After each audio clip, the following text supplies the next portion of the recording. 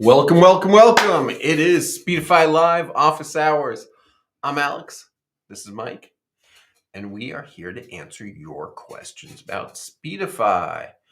And they're coming in already. So I'm just going to jump to it. Krishna Kumar says, Samsung S23 has two 5G radios with dual 5G connections. Can you update Speedify and take advantage of this?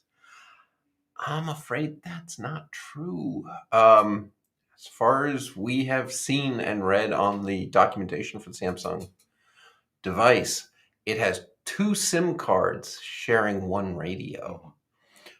So it creates a clever illusion that both work by spending 95% of its time on the network that you chose as the data network and only 5% of the time on the other one. So if a notification or something comes on the other one, it'll get it and you feel like you're on both networks at once. But if you try to add them up, they don't add because it's actually only one antenna, one network, and it's popping back and forth between the two. So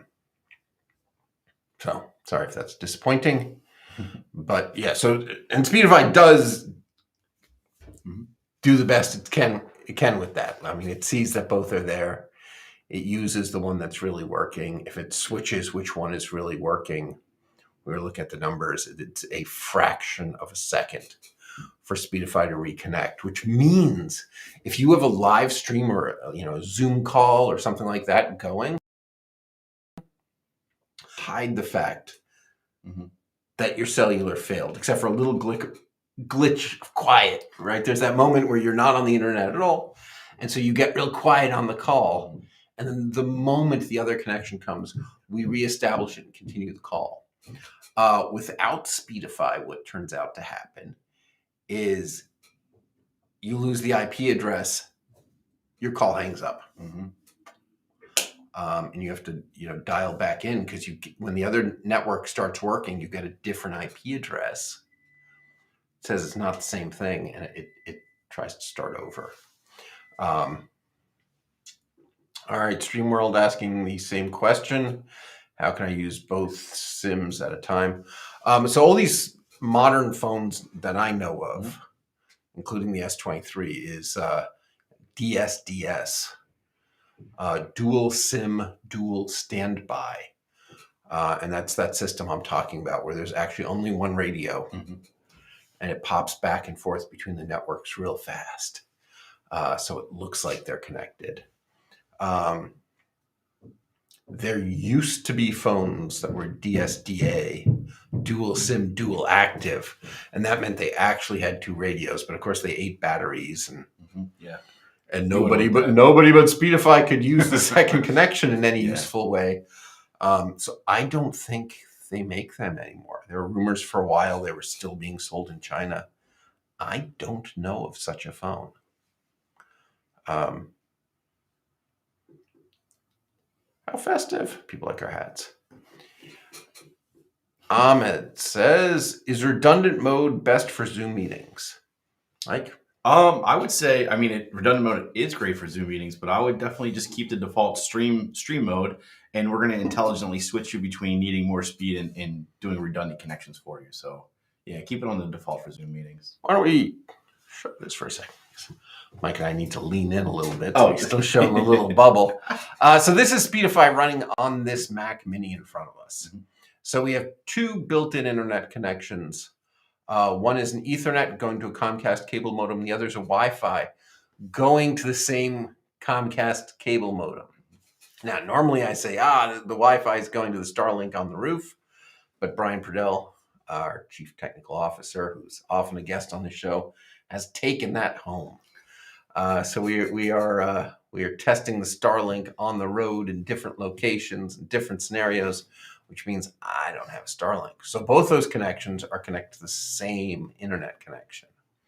What does that mean? It's not doing nearly as much for me as I would like, right? So if you pull the Ethernet cable, Speedify will instantly switch to the Wi-Fi. But if you cut the Comcast cable to this internet, both fail and I'd be in trouble. Mm-hmm. So what's that third purple connection? Why, it's Mike Kane's iPhone cellular. So this is Speedify Parent Share. Mike's iPhone, I'll show you here on the desk. This puppy is also running Speedify, and it's also on that same Wi-Fi network. So using the Parent Share feature, okay, see here, manage. Sharing with Speedify's Mac Mini. So it gets on the Wi-Fi and says, is anyone else running Speedify? Do you want to use my cellular connection? And the Mac says, yes, I might. I'm doing a live stream. And actually, as you look here, something just went wrong because Speedify went from just using, right, the blue line is the Ethernet to the Comcast cable. Now it just switched us to, actually it went back, but during this period it was clearly redundant, right? So going back to Ahmed's question, is it best to use redundant? If you leave us in streaming mode, so this, you go here, this is the default, right? But bonding mode, speed with enhanced streaming, Speedify will by itself say, hey, looks like you're in a Zoom call, and it looks like redundant mode is the best mode. It'll just temporarily switch you to redundant, and then switch you back when the call's over. So it's making those sort of smart decisions, which I think you probably want. All right.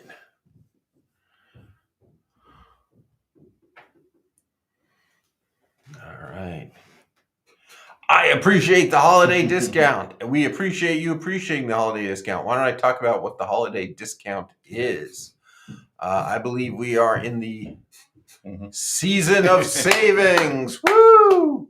70% off a 3-year pass. So that's 3 years of unlimited Speedify for one user. By one user, we mean 5 devices at the same time. So you could put it on your laptop, your desktop, your phone, your iPad. It's kind of awesome, and it's 70% off. It's like $150, and you're just set for 3 years. It's not a subscription. We're not going to charge you again at the end. It's just a pass. So super cool. You guys should get it. Deals don't get better than that. Other piece of news. We are going to be at PTZ Optics' 5th annual Stream Geek Summit. This is a free online event.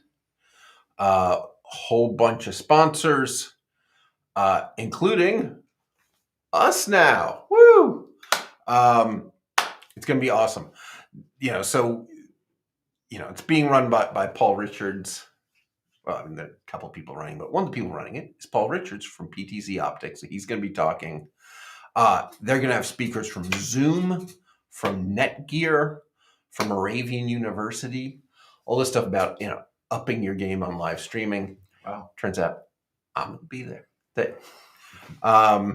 So it's going to be really cool. Fantastic chance to get together with other people who are doing live streaming, talk with them, network with them, talk to some of the experts, hear what Zoom has to say, hear what Netgear has to say. So I'm going to do this. It is December 20th. I cannot speak today. It is December 20th. It is coming up. Is that next Wednesday, right?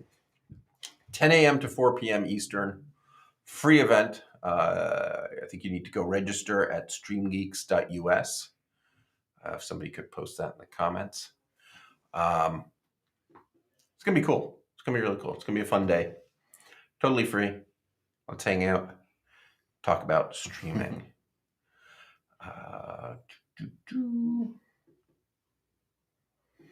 All right.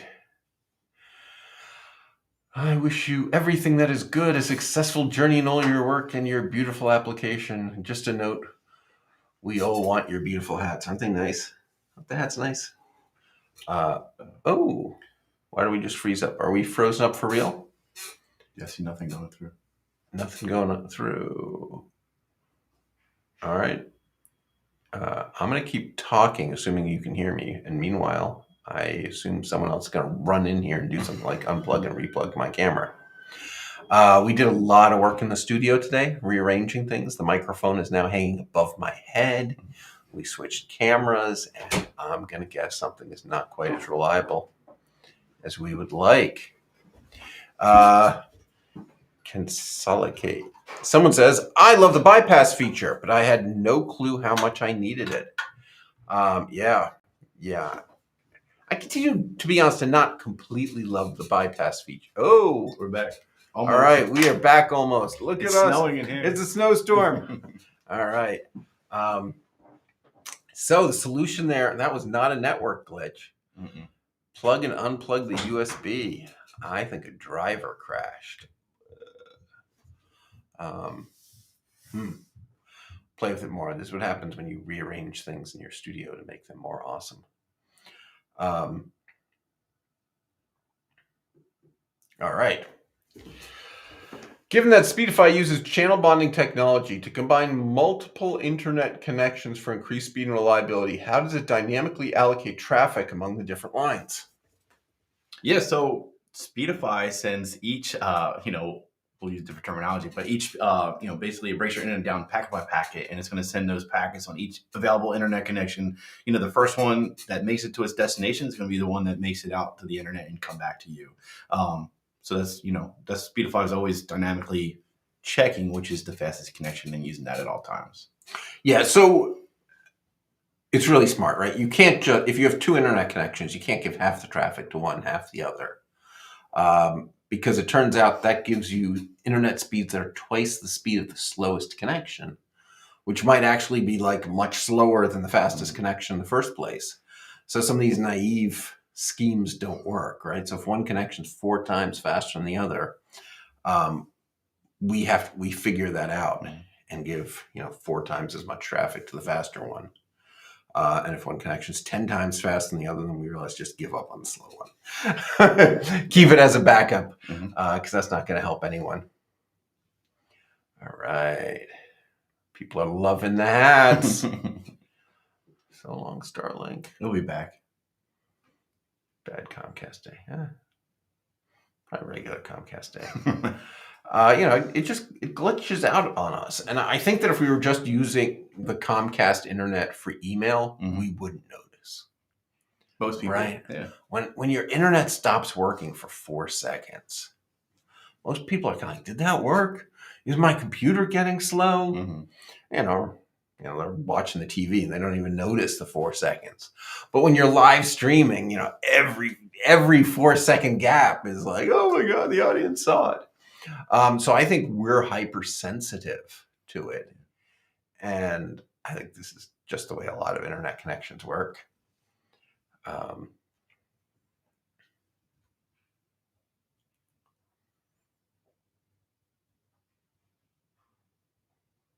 All right, so here's a question. I know this might seem weird to ask with the huge discount going on, but are we going to see an increase in prices with Speedify anytime soon? I see you guys are still adding new features, which frequently I appreciate and is great for users, but as your product becomes more valuable, are you going to start charging more to compensate for expanding features? I don't know. We might. Well, that's a great answer. Lock into the 3-year deal, and you don't have to worry about a price increase. I'm, to be honest, total transparency. I'm wondering if we need, to have 2 tiers at some point. We have that Speedify for Teams product, but right now it's kind of exactly the same as the regular product, except we're telling businesses they should buy it. There are a few differences, but they're pretty tiny. And so I'm wondering if some of the crazy new features eventually will start ending out in that tier. Things around some of the single sign-on integrations and stuff. So I can't promise anything. I can promise, though, if you go buy at the 70% off for 3 years, you're good. You're good, right? You'll be set for 3 years. It's 3 years of more features.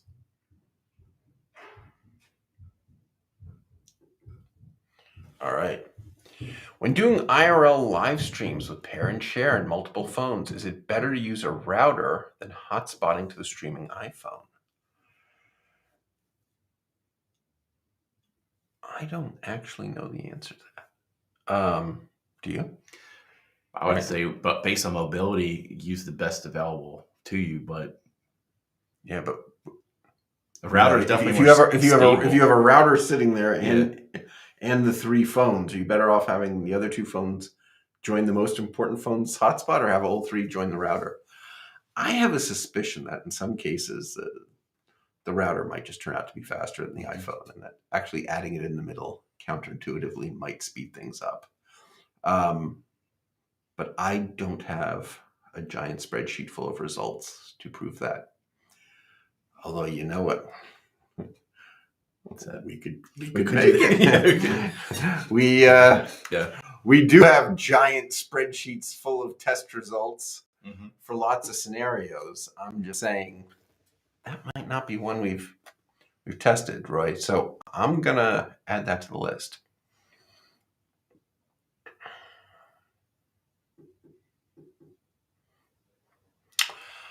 On a different note, I'm building a mini PC box that has 5 network ports and USB ports. Do you have any case studies on using mini PCs with Linux OS and Speedify other than the Raspberry Pi? Stick to Debian, which includes Ubuntu.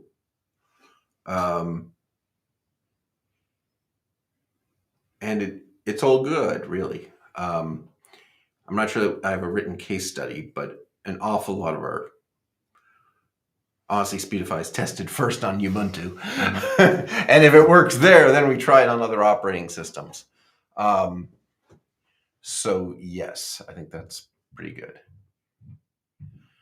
How do you use Speedify on PC? It works pretty well on Windows. Windows, I think, is still the top platform that we have people paying us for. Wow. Yeah, so you go to speedify.com, click the download link. There'll be a big old Windows button. Click it, you install it. It detects every internet connection that Windows knows about. So you can have a PC with 5 Ethernet ports, and it'll find all of them. You can use USB to get a bunch more adapters. Windows is surprisingly smart about multiple Wi-Fi cards. Down by the clock, there's a little Wi-Fi icon that gets you the list of Wi-Fi networks you can connect to. If on Windows, if you have more than one Wi-Fi adapter, like a USB one and the built-in one, then a combo box appears above the networks for which one you're talking about. So you can choose one and then pick which internet connection to connect to. And then you change the combo box to the other Wi-Fi card and pick which network to connect to. And you can be connected to 2 different Wi-Fis at the same time. Windows is totally fine with that. Once you do, Speedify will see them both. It'll be great. Oh, I see. Roy's saying, was that Mar B peeking in? Yes, the person who you saw just for a second in the background, that was the famous Mar B. Yeah, a rare Mar B sighting. Best Christmas present ever. Yeah. You got a fan base? Shit. Wait, what is the significance of 403/078? I was wondering, did you put it up here? But I couldn't see it. I'm not sure what he's speaking about. Is that part of the spreadsheet? 403. I don't know. So many spreadsheets on that. So many numbers on that spreadsheet. Yeah, Roy, if you can clarify about those numbers, let us know.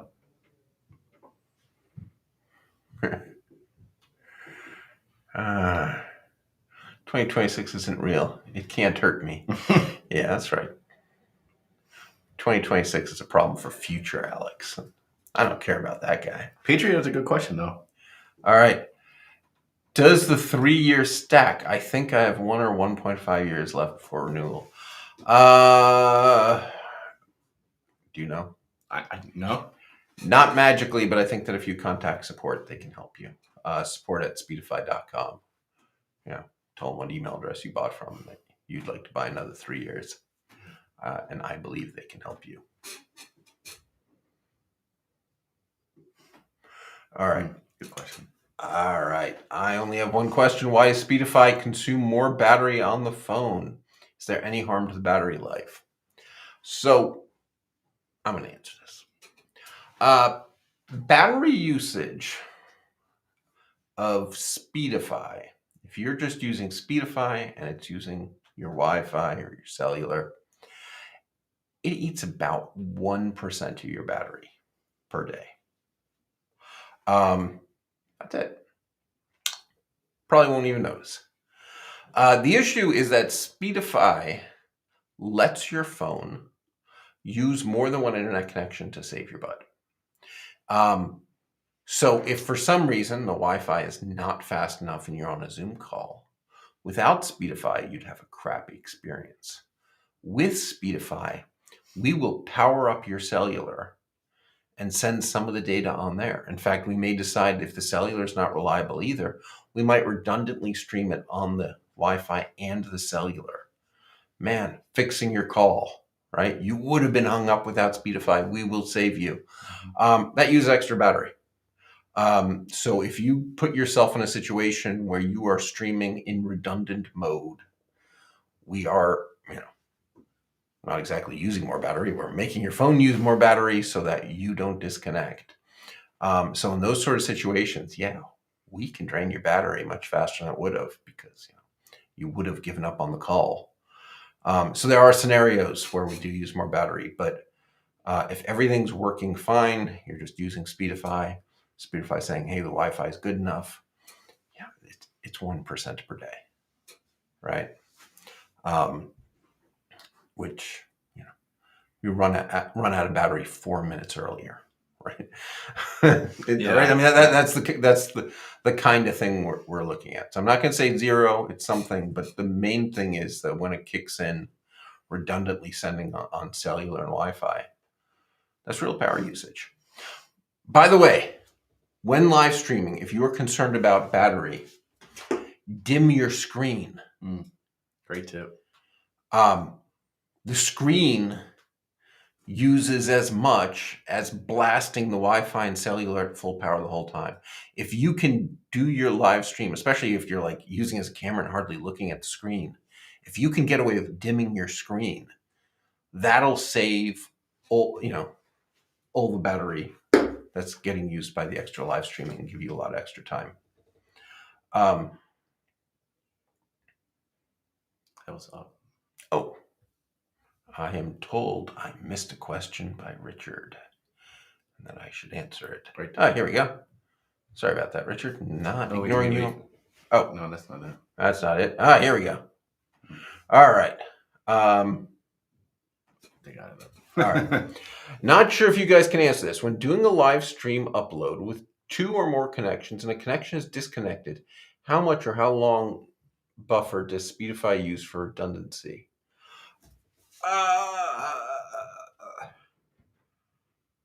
Kevin would know. Yes, Kevin would know. It's not huge, but we do have a buffer. So like when you're doing a live stream and we send a packet over one of your internet connections, we don't immediately erase it. We keep it in a buffer. And if that internet connection suddenly goes out and we don't know whether it got actually through or not, we'll take that packet and we'll move it to the other internet connection that's still working and send it again. So that's part of the really smart, you can clip the wire and the call doesn't get hung up. We see the wire was clipped and we say, man, I'm just going to take the last 50 packets I sent on that wire and send them over here. And maybe some will arrive twice and maybe some will only come through once when I send them here. I don't care. There's a call. We got to keep going. So we make really smart decisions. And I do not know how big that buffer is. I think there's an extent that it dynamically changes.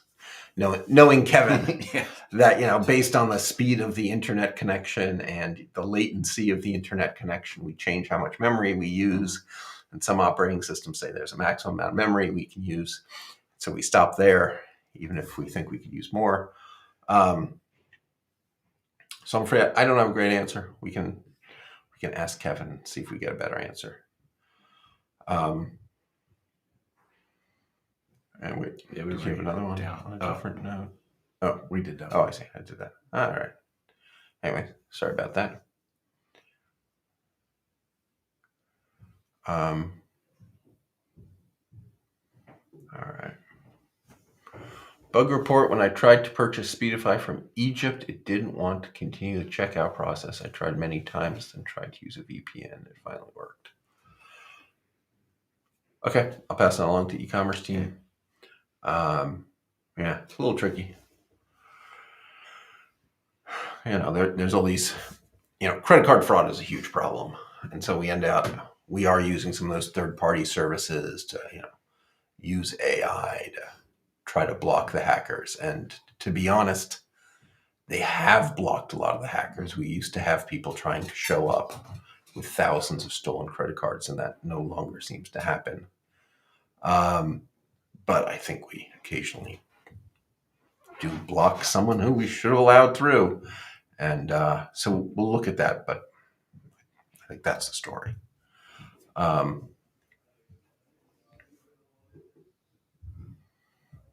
When does Speedify automatically update? So it depends what operating system you're on. On Windows, on kind of rare occasions when you start it up, it'll say, hey, there's a new version. We don't do that all the time. So check our pages if you want to always be up to date. Some people have complained if we update too often, because especially on Windows, you actually see the progress bar going. You're sitting there like, man, I could be online. On Linux, on Android, on iOS, on Mac from the App Store, we let the app stores update it however they update it. Mm-hmm. We tend to put out releases about every 3 weeks. Mm-hmm. But sometimes we do a big complicated release and go 6 weeks without releasing. And sometimes someone has a really good idea that's so quick to implement that put out another release in a week. Mm-hmm. But 3 weeks is our norm. That's actually what we're shooting for. But other than Windows, it's up to the store you got it from, how they decide to update it. All right.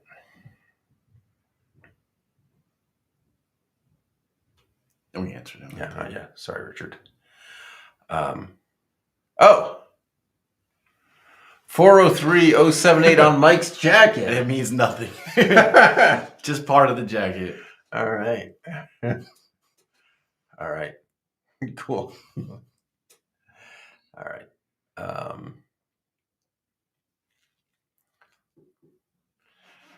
Tip about dimming screen. Yeah, we should have like a tip button, because that was a really good tip. Yeah, that's when we were streaming in the summer and our phones were overheating and running out of battery when we're running around the city. The turning down the screen was such a difference. With the screen on full brightness, we couldn't make it to 45 minutes. But screen at minimum brightness, we could just stream for an hour and a half. So, all right, awesome answer on buffering. Good. Protect Kevin at all costs. Yep, that is absolutely right. We are here playing D. we're the offensive line. Kevin's there in the back. We are absolutely trying to protect Kevin at all costs. All right. Well, it is 2:34. Let's see. We talked already about PTZ Optics, Stream Geeks Summit next Wednesday.